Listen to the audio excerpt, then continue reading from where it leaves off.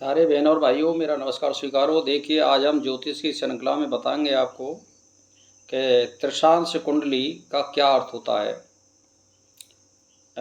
जन्म लगन से त्रिशांश तक जो कुंडली होती हैं, उनका लास्ट का जो लगन होती है उसको त्रिशांश बोलते हैं, भाव को। और इसका अर्थ होता है कि अरिष्ट और दुर्घटना। तो त्रिशांश कुंडली में लगन में सूर्य चंद्र को स्थान नहीं दिया जाता है। लगन सिंह राशि और कर्क राशि को छोड़कर अन्य राशि की होती है। एक राशि 30 अंश की होती है, और जिसके बारे में हम बताएंगे कि इस कुंडली से व्यक्ति के जीवन में होने वाले अरिष्ट और दुर्घटना का विचार कैसे किया जाता है। जैसे मान के चलिए कि त्रिशांश लग्न शुभ ग्रह है और कुंडली में शुभ ग्रहों से युक्त या दृष्ट है, तो व्यक्ति के जीवन में किसी प्रकार के अरिष्ट और दुर्घटना की संभावना नहीं होती है। यानी जो त्रिशांश का जो लग्नेश होता है और लगन, इस पर शुभ ग्रहों की दृष्टि होनी चाहिए। अगर शुभ ग्रहों की दृष्टि है तो उसकी दुर्घटना नहीं होगी। यदि मान के चलिए त्रिशांश लग्नेश पाप ग्रह है और निर्बल व अस्त है और नीच राशि शत्रु राशि में है, ऐसे व्यक्ति का अपने रिश्तेदारों से अकारण ही विरोधाभास बना रहता है। इससे अरिष्ट दुर्घटना की संभावना भी बनी रहती है। त्रिशांश लग्नेश का जन्म कुंडली में 6, 8, 12 भाव या दुष्ट भाव में बैठा होना भी व्यक्ति को सदैव दुखी करता है। 6ठे भाव में होने पर राजबंधन, 8वें भाव में होने पर राजभय और 12वें भाव में होने पर राजदंड भोगना पड़ता है। धन हानि या सजा हो सकती है। जीवन दुखदायी होता है।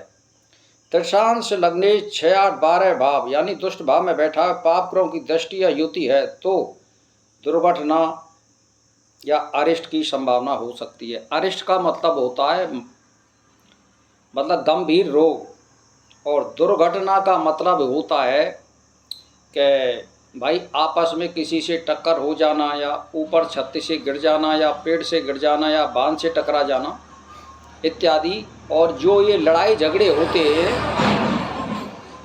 ये दुर्घटना में नहीं आते हैं। दुर्घटना में फांसी लगाना या जहर खाना, कुआं में गिरना, ये सब दुर्घटना में आते हैं। लड़ाई झगड़ा होती है वो आपसी लड़ाई झगड़े के संबंध में आते हैं, वो दुर्घटना नहीं होती है।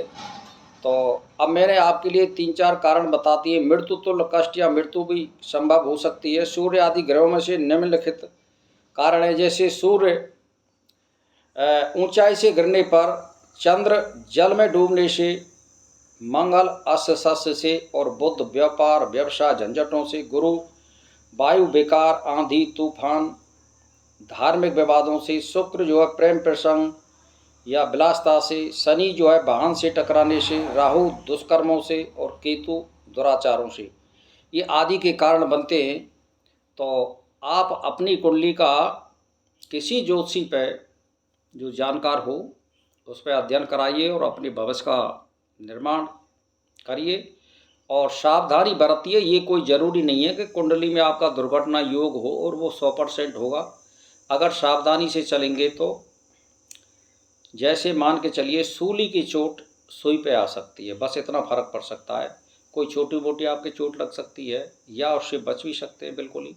तो मेरा कहने का मतलब ये है कि सावधानी बरतना हमेशा ऋषि मुनियों ने जो बताया है उसके विकल्प में ही ये ज्योतिष का निर्माण किया है। इसमें त्रिशांश का विशेष वर्णन इसलिए आता है, जैसे लगन लग्नेश या लगन भाव में पाप ग्रह बैठे हों, या लगन या लग्नेश को पाप ग्रह देखते हों तो दुर्घटना का योग बनाते हैं।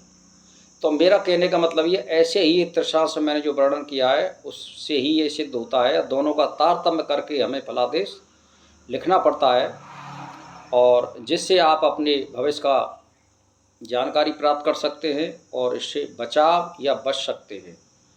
अब मान के चलिए आप सावधान नहीं रहेंगे और कोई अशुभ समय आ रहा है और सावधानी नहीं बरतेंगे, तो सावधानी ना बरतने से बहुत सी दुर्घटनाएं अकारण हो जाती हैं। जैसे मोटरसाइकिल या किसी वाहन को बहुत गति से चलाना, और मान के चलिए आप 40-45 चलाएंगे तो दुर्घटना भी होगी, तो आपके ज़्यादा चोट लगने की संभावना नहीं होगी और संभाल सकते हैं।